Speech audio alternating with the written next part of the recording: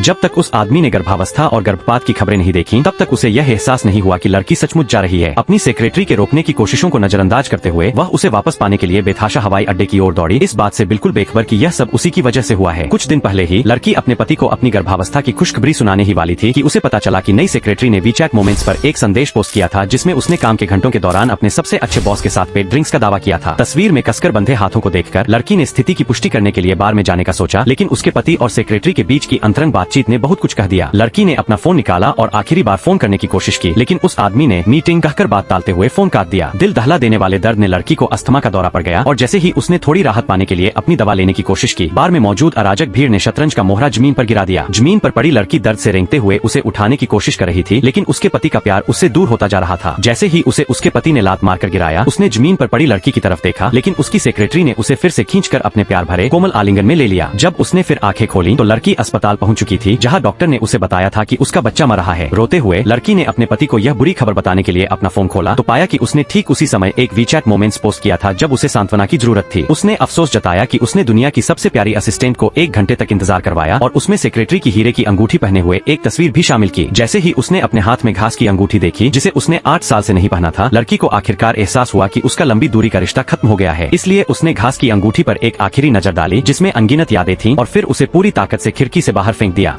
उसने तलाक के कागजात तैयार करने के लिए फोन मिलाया और अपनी फ्लाइट बुक कर ली। जब वह अपना सामान पैक करने घर लौटी तो शादी की कंपनी के कर्मचारियों ने उसे देख लिया। उस पल उसे अपने पति का वादा याद आया। शादी के 1304वें दिन वह उसकी एक भव्य शादी करेगा और उसे एक बेहद खूबसूरत हीरे की अंगूठी देगा। लेकिन अब उसकी सारी कोमलता उसकी सेक्रेटरी की निजी संपत्ति बन गई थी। आखिरकार उसका पति घर लौट आया, लेकिन उसके पहले शब्द उस पर उसके संदेशों का जवाब न देने का आरोप लगाने वाले थे। उसने अपना फोन खोला और एक संदेश देखा जिसमें लिखा था कि वह 3 दिनों के लिए एक व्यावसायिक यात्रा पर जा रहा है। लड़की समझ नहीं पा रही थी कि यह कोई असली व्यावसायिक यात्रा है या अपनी सेक्रेटरी के साथ होटल में 3 दिनों की मौजमस्ती। उसने बस इतना कहा कि उसे अब उससे कोई शिकायत नहीं करनी। उसके पति ने आखिरकार उसकी भावनाओं को भांप लिया और उसे थामने के लिए आगे बढ़ा, लेकिन जैसे ही वह उसे समझा रहा था, लड़की ने अपनी गर्दन पर चमकदार लिपस्टिक देखी। वैसे तुमने कहा था कि तुम मुझे एक खुशखबरी सुनाओगी।